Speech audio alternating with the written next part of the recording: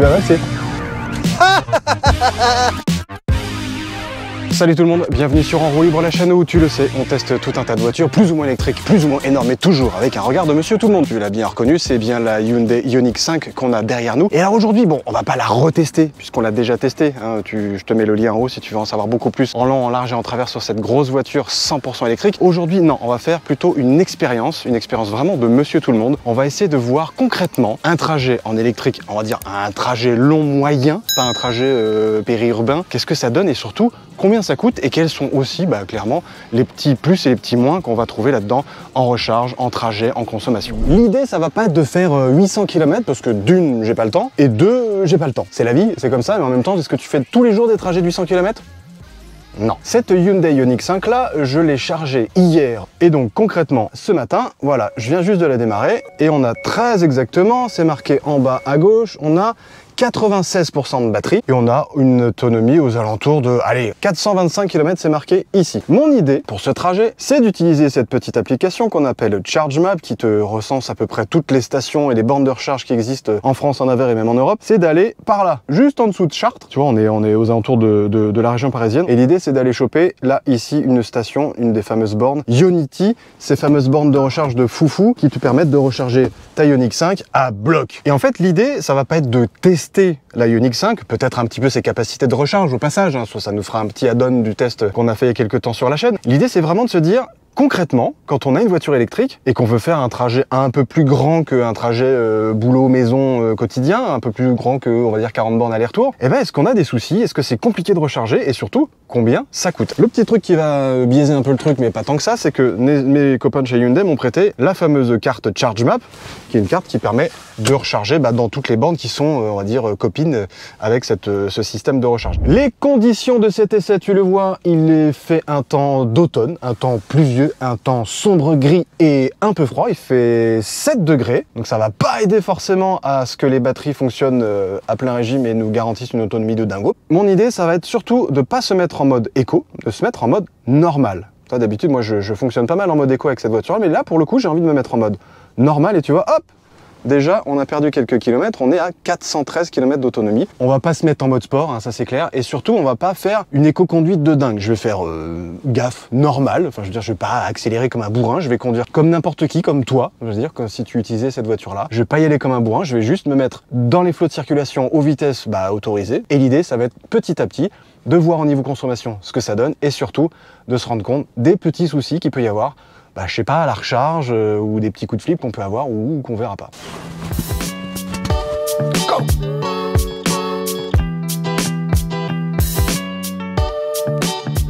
Et petit truc important, je vais aussi enclencher la fameuse e-pédale. La e-pédale, qu'est-ce que c'est sur la Ioniq 5? C'est en gros la capacité du frein régénératif à être vraiment assez puissant et à clairement freiner sans les freins. C'est-à-dire que là, je lâche l'accélérateur, hop, et la voiture freine vraiment quasiment jusqu'à l'arrêt. Donc ça, c'est vraiment pour nous permettre de régénérer au maximum. Surtout qu'on va commencer notre trajet par une petite portion en ville. Ensuite, on va enchaîner par, on va dire, du périurbain. Et ensuite, on passera sur autoroute pendant une petite centaine de kilomètres aller, une petite centaine de kilomètres au retour.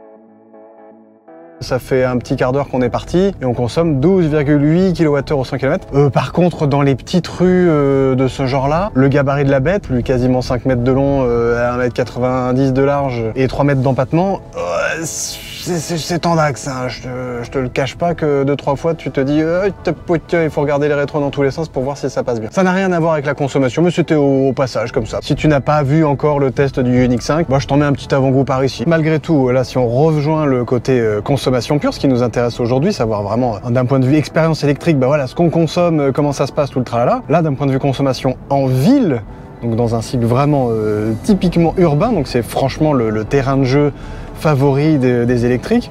Là, il faut rappeler quand même qu'on a le Ioniq 5 dans sa version 72,2 kWh de capacité, donc la grosse batterie, mais on n'a pas la version 4 roues motrices, on a que la version propulsion qui fait quand même 2 tonnes 65 à vide, donc avec moi, on tape largement les 2 tonnes 100 sans souci. Donc t'imagines quand même que tu as un gros machin à déplacer, c'est quand même pas rien. On a un tout petit peu accéléré, on a quelque chose qui tombe aux alentours des 13,3 kWh. Ça te laisse bien une autonomie largement au-dessus de 400 km, ce qui est pour une utilisation typiquement urbaine, ça marche vraiment bien. Mais quand même, on a toujours un gros machin qui est censé voyager. Enfin, je sais pas si tu vois la place qu'on a derrière. T'as envie de trimballer tout le monde tranquillement et c'est fait pour tailler la route et c'est exactement ce qu'on va faire. Et là voilà, la fameuse N118 limitée à 90 à l'heure. On est à 87, 88. Là, tac, tout de suite, on est remonté à 22,4.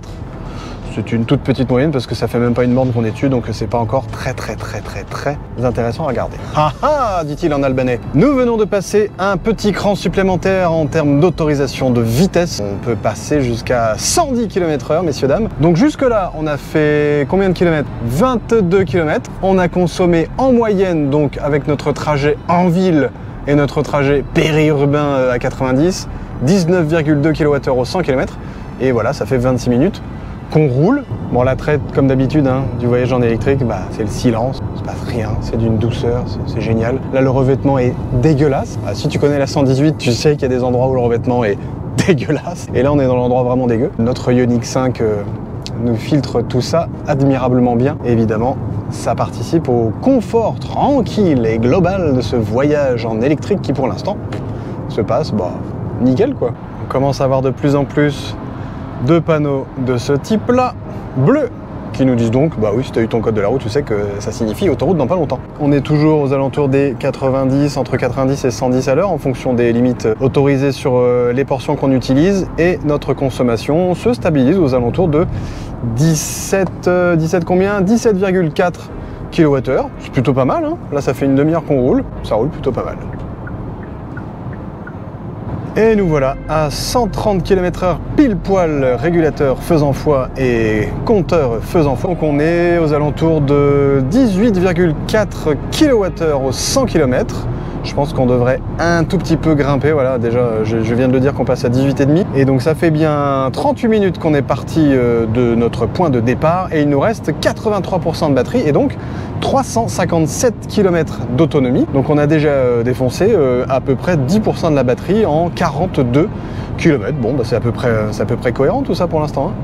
On est toujours à 130 sur notre petite autoroute qui nous amène tranquillement vers notre borne Ionity pour faire ce fameux test de charge. Ça fait 43 minutes qu'on roule, on a parcouru 52 km et là, notre consommation grimpe clairement. On est à 19,9 kWh au 100 km. C'est pas étonnant puisqu'on est au régulateur à 130 depuis à peu près un petit 10 minutes et c'est normal. C'est là où l'électrique, on lui demande beaucoup, hein, puisque il y a des relances, il y a pas mal de dénivelé en plus, mais c'est clair que les phases de recharge sur autoroute, elles sont quasi nulles et c'est pour ça qu'il y a une consommation qui fait comme ça.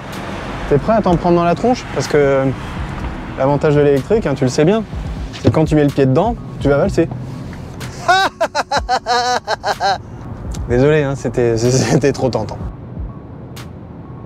Nous avons fait 55,8 km, nous consommons 20,1 kWh au 100 km, ça grimpe, et ça fait seulement 3 quarts d'heure qu'on roule. Donc voilà, notre autonomie affichée est de 339 km et il nous reste 78% de batterie. Donc ça va, on n'est pas en train de se faire la petite flaque, quoi, pas encore en tout cas. Ah oui, et petit détail qui peut aussi avoir son importance sur le test en lui-même, c'est que j'ai vraiment pas joué le jeu de je coupe la clim, j'enlève toutes les recharges d'induction, machin, je l'utilise vraiment comme toi tu l'utiliserais tous les jours, c'est-à-dire c'est ta voiture de tous les jours, tu as besoin de faire, je dis une bêtise, 200 bornes, 250 bornes dans la journée, tu prends ta Ioniq 5, j'allais dire ta Ionity, tu vois, le lapsus révélateur, et voilà, tu l'utilises vraiment, voilà, tu es en hiver, il fait 9 degrés dehors, tu as envie d'être confort, tu es calé à 130 au régulateur. J'ai vraiment fait en sorte, dans ce test-là et dans la façon que j'ai de le mener, même si c'est pas un test très longue distance, hein, encore une fois tu m'excuses, j'ai vraiment essayé de jouer le jeu du moi je l'utilise comme j'utiliserais n'importe quelle automobile. Je ne bride pas l'essai pour faire genre oui on va plus loin avec l'électrique, je l'utilise vraiment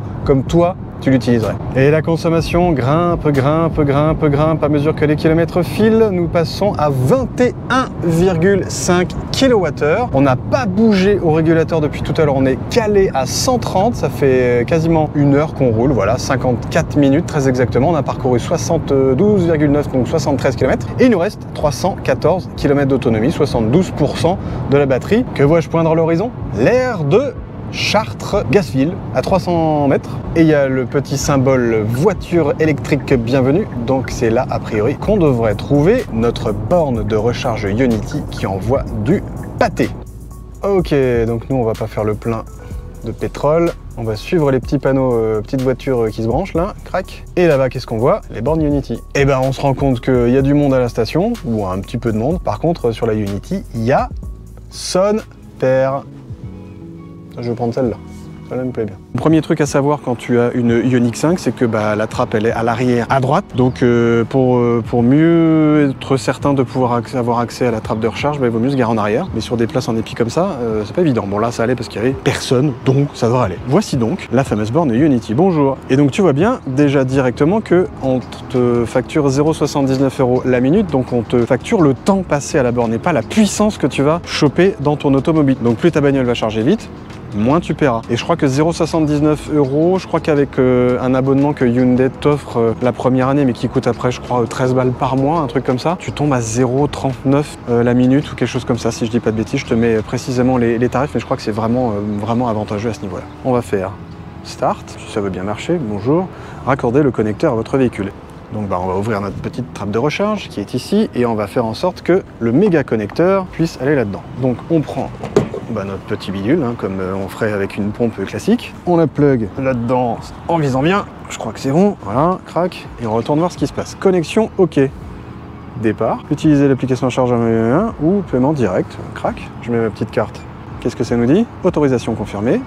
Vérification. Et là, tu sens que ça commence à charger, mais méchamment. T'entends le bruit? Par ici, ça s'active. Et là, c'est parti mon kiki. Autorisation confirmée.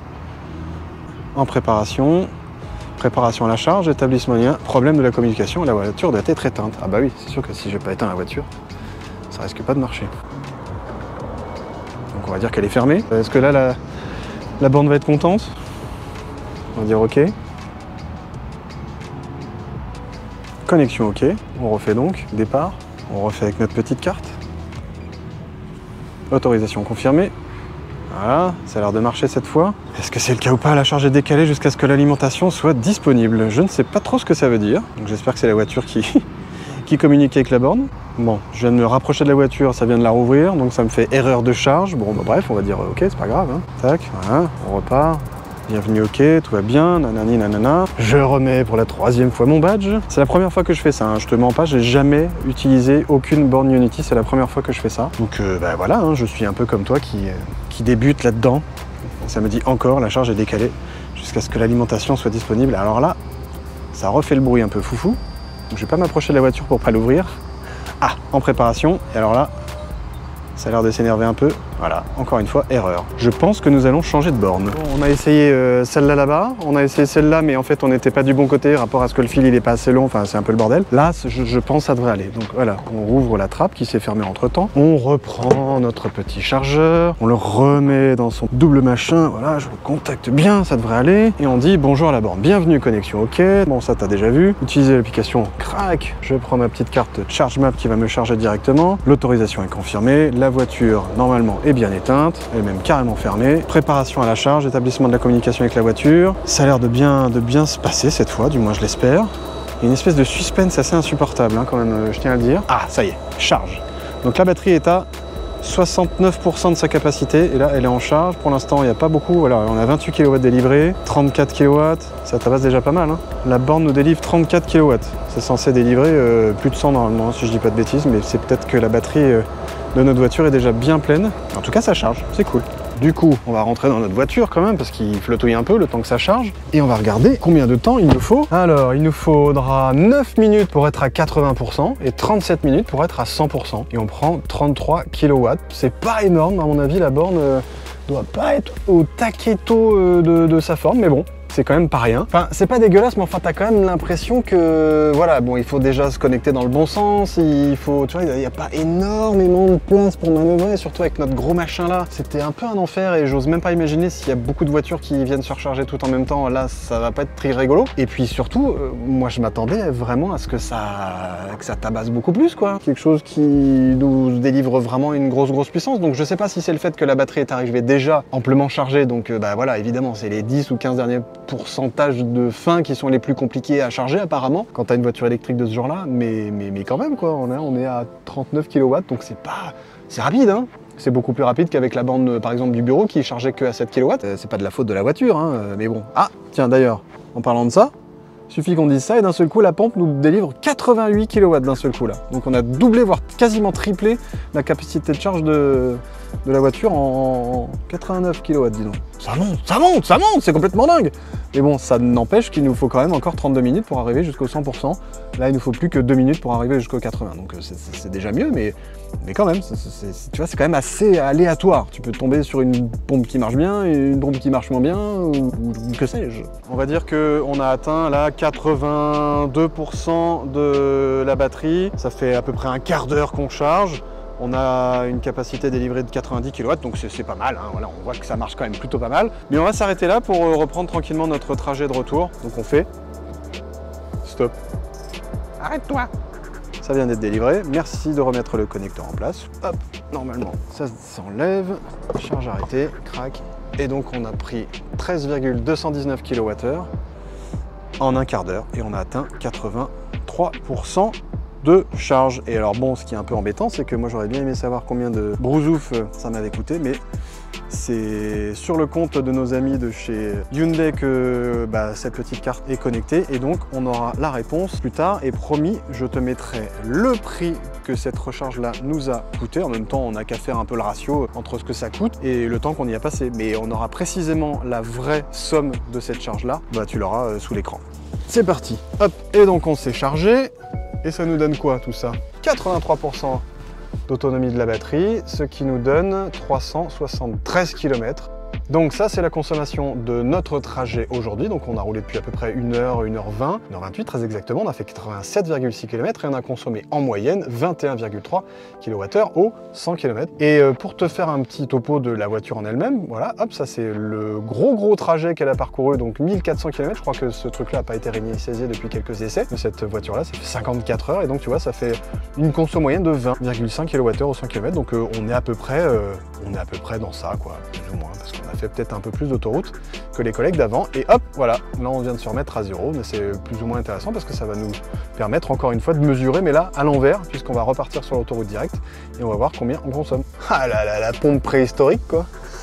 La pompe des véhicules qui fonctionne encore au thermique, mais quelle bande de losers. Non, je déconne, c'est encore bien, les véhicules thermiques, il y a encore de l'avenir, hein, c'est toujours pareil, c'est pas une question de c'est bien, c'est pas bien, c'est en gros quels usages tu en as. Je pense que pour les trajets qu'on fait aujourd'hui, je suis pas persuadé que le full électrique ce soit une giga bonne idée, mais en même temps voilà, ce genre de voiture là comme le Ioniq 5 permettent de faire beaucoup de kilomètres et surtout de se recharger vite. Enfin, on l'a vu quand même, hein, même si les pompes étaient pas d'une violence folle aujourd'hui, on a pu quand même recharger quelques dizaines de pourcentages de batterie en très peu de temps. Dans un arrêt classique, un quart d'heure c'est que dalle. Tu vas faire pipi, tu prends un café et puis tu as déjà rechargé l'équivalent de 80-100 km d'autonomie, donc c'est quand même pas rien. Et on se rend compte qu'on peut quand même faire des trajets un peu plus longs que bureau, maison, bureau. Tu peux faire un peu plus, quoi. Voilà, sans trop te faire caca dessus et sans trop te dire que tu vas finir sur un plateau tous les 4 matins, quoi. Je me suis dit, tiens, je vais me remettre en mode éco. Parce que d'une, je sais pas, moi j'ai une voiture électrique, j'ai un mode éco, je trouve que c'est vraiment... c'est un peu comme le mode sport plus avec des super sportives. C'est là que tu as envie d'être parce que c'est là où elles sont les plus efficaces, les plus folles, les plus intéressantes, tu vois. Donc moi j'ai envie de me dire, j'ai une voiture électrique, je vais me mettre en mode éco parce que d'une, ça me permet de vraiment gagner en capacité. Parce que tu vois, voilà, je te le refais la petite démo, hein. On a 356 km d'autonomie en mode éco, en mode normal 345 et en mode sport 335, sauf si tu veux vraiment tabasser tout le monde. Voilà, là, on tabasse tout le monde, wouhou, c'est trop cool, génial, machin bidule, pour arriver à 130, tu perds, hop, tu te remets en mode éco, et on n'en parle plus. 353 km à 130 km/h, bing, coup de régulateur, bing, merci, au revoir, on n'en parle plus. Faisons notre petit point consommation. Ça fait 23 minutes qu'on est reparti, ça fait à peu près 24 km qu'on roule uniquement, pour le coup, sur autoroute, et là, tu le vois clairement, 22,3 kWh, 22,5 même, tu vois. Ça consomme de ouf, encore une fois, et c'est normal. Et mine de rien, il y a un truc aussi à prendre un peu en considération, mais tu me diras comme avec n'importe quelle bagnole, encore plus avec une bagnole électrique de ce genre-là, qui est censée avoir une grande autonomie, c'est le dénivelé, ou le vent, ou le froid, pour les batteries en particulier. Là, voilà, on s'est trouvé dans une Bah voilà, après le péage de Saint-Arnoux, si tu connais un peu sur la 10, voilà, bah t'as quand même pas mal de montées, de descentes, de montées, de descentes. Et si tu fais pas vraiment de l'éco-conduite, bah comme je l'ai exactement fait, comme ça peut nous arriver à tous, et bah mine de rien, tu consommes de ouf. Regarde ça.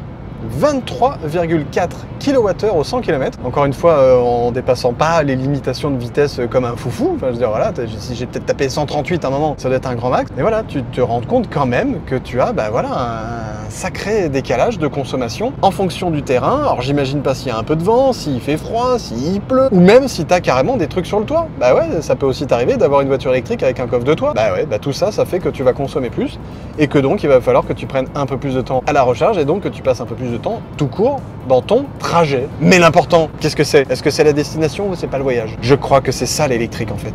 Mais la destination, c'est pas important. L'important, c'est le voyage. C'est beau ça. Ah, ça m'avait pas manqué ça, tiens. Les bouchons. Et c'est là que, bah, logiquement, on devrait faire la différence en termes de consommation. Là, on est donc à 22,1 kWh au 100 km. On a fait, bon, encore une fois, quasiment que de la voie rapide. Et là, c'est là qu'on va pouvoir tranquillement faire la différence avec tous ces thermiques-là qui vont consommer une tonne de fuel dans les bouchons, alors que nous, que dalle. Regarde, ting, 20,5 kWh. Et on est à peine rentré en ville. Et je pense que d'ici une borne ou deux, on peut largement tomber en dessous sans souci. Et voilà, messieurs, dames, nous voici de retour à notre point de départ de ce matin. On a fait donc 91,3 km à l'aller, 91,3 km au retour. Enfin, plus ou moins, on va dire, allez, 100 bornes aller, 100 bornes retour, ça nous fait donc un trajet de environ 200 km où on a fait une majorité d'autoroutes et de voies rapides pour vraiment se rendre compte sur un côté longue distance, sur on va dire un mode longue distance. On a consommé donc, roulement de tambour messieurs dames, 20,6 kWh au 100 km, ce qui est donc pas si mal que ça et ce qui nous promet donc, si tu fais ta petite track de 3 qui va bien, sachant qu'on a une batterie qui fait 72,6 kWh de capacité, et ça nous fait à peu près 350-357 km d'autonomie, on va dire, avec une consommation importante, plus ou moins importante, donc c'est pas rien quoi. Ok, en moyenne on consomme aux alentours de 20, et des bananes de kWh, donc ça nous promet des autonomies très intéressantes au-delà des 350 km sur une pleine charge, donc ça c'est plutôt cool. Mais on s'est aussi rendu compte que quand on fait pas mal d'autoroutes, évidemment on consomme beaucoup plus que ça,